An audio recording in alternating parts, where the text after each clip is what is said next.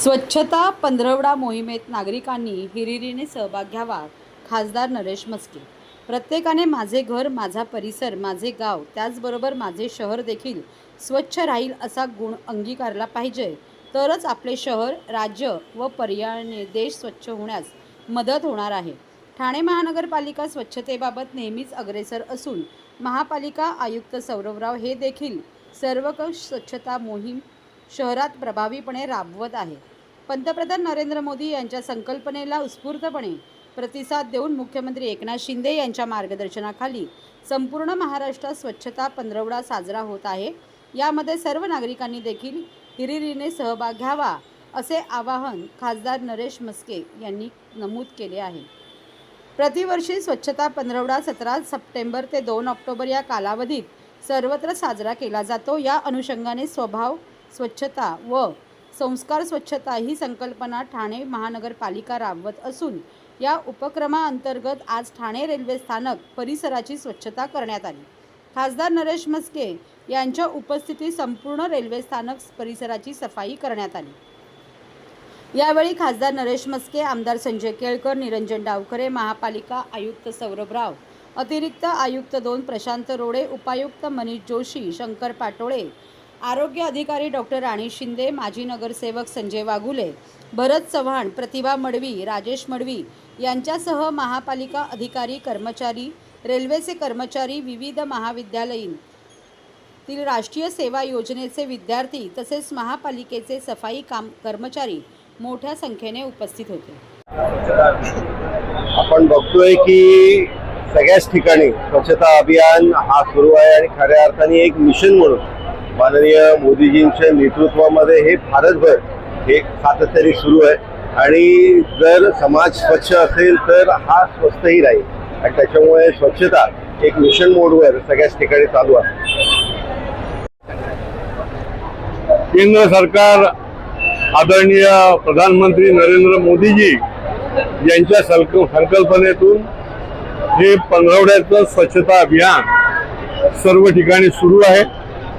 आज ठाणे महापालिकेच्या माध्यमातून संबंध स्टेशन परिसरामध्ये विद्यार्थी, रेल्वेचे कर्मचारी, अधिकारी, विविध संघटना या सगळ्यांना बरोबर घेऊन हे अभियान या ठिकाणी आज सुरू आहे. 2 ऑक्टोबरपर्यंत चाललेलं आहे. खरं म्हणजे महात्मा गांधींनी स्वच्छतेचा धडा दिला आणि आदरणीय नरेंद्र मोदीजींनी त्याचं चळवळीमध्ये रूपांतर केलं. या ठिकाणी विद्यार्थी देखील आहेत आणि त्यामुळे स्वच्छता ही केवळ चळवळ न राहता तो स्वभाव झाला पाहिजे, तो एक संस्कार झाला पाहिजे आणि त्या दिशेने आपण सगळेजण वाटचाल करत आहोत. 2 ऑक्टोबरपर्यंत स्वच्छता काय ठेवावं, 365 दिवस काय नाही, हे एक प्रतिकात्मक प्रातिनिधिक अशा प्रकारचं हे मुवमेंट आहे. अपेक्षा हीच आहे की हा स्वभाव बनला पाहिजे आणि दर दिनी प्रत्येकामध्ये हा संस्कार पण झाला पाहिजे. म्हणजे आपोआप 365 दिवस स्वच्छता अभियान जे आहे ते होत आहे. ठाणे बदलतंय. स्वच्छता मोहीम माननीय नरेंद्र मोदी साहेब यांनी संपूर्ण भारतामध्ये जी मोहीम सुरू केली ती माननीय मुख्यमंत्री एकनाथ शिंदे साहेब यांनी ही महाराष्ट्रामध्ये सातत्याने चालू ठेवलेली आहे. ते स्वतः जे डीप क्लिनिंग हा जो काही प्रोजेक्ट आहे, सूक्ष्म पद्धतीने सफाई, आणि तो प्रोजेक्ट तसा सातत्याने पुढे ठेवलेला आहे.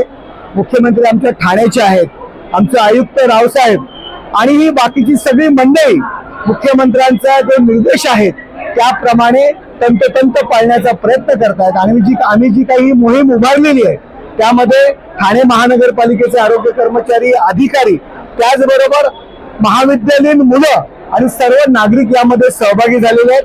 मी माझा स्वतःच्या घरापासून स्वच्छता ठेवण्याचा आपल्याला जो गुण आहे तो अंगीकारला पाहिजे. माझं घर, माझा परिसर, माझं गाव, माझं शहर आणि मग त्यानंतर ऑटोमॅटिकली माझं राज्य आणि माझा देश असा हा संदेश सगळीकडे पोहोचवण्याचं काम आमची ठाणे महानगरपालिका करते. आणि सगळीकडे चांगल्या कामाकरता संपूर्ण महाराष्ट्रामध्ये ठाणे महानगरपालिका आमची अग्रेसर असते. तोच कित्ता आत्ताच्या आयुक्तांनी सुद्धा गिरवलेला आहे.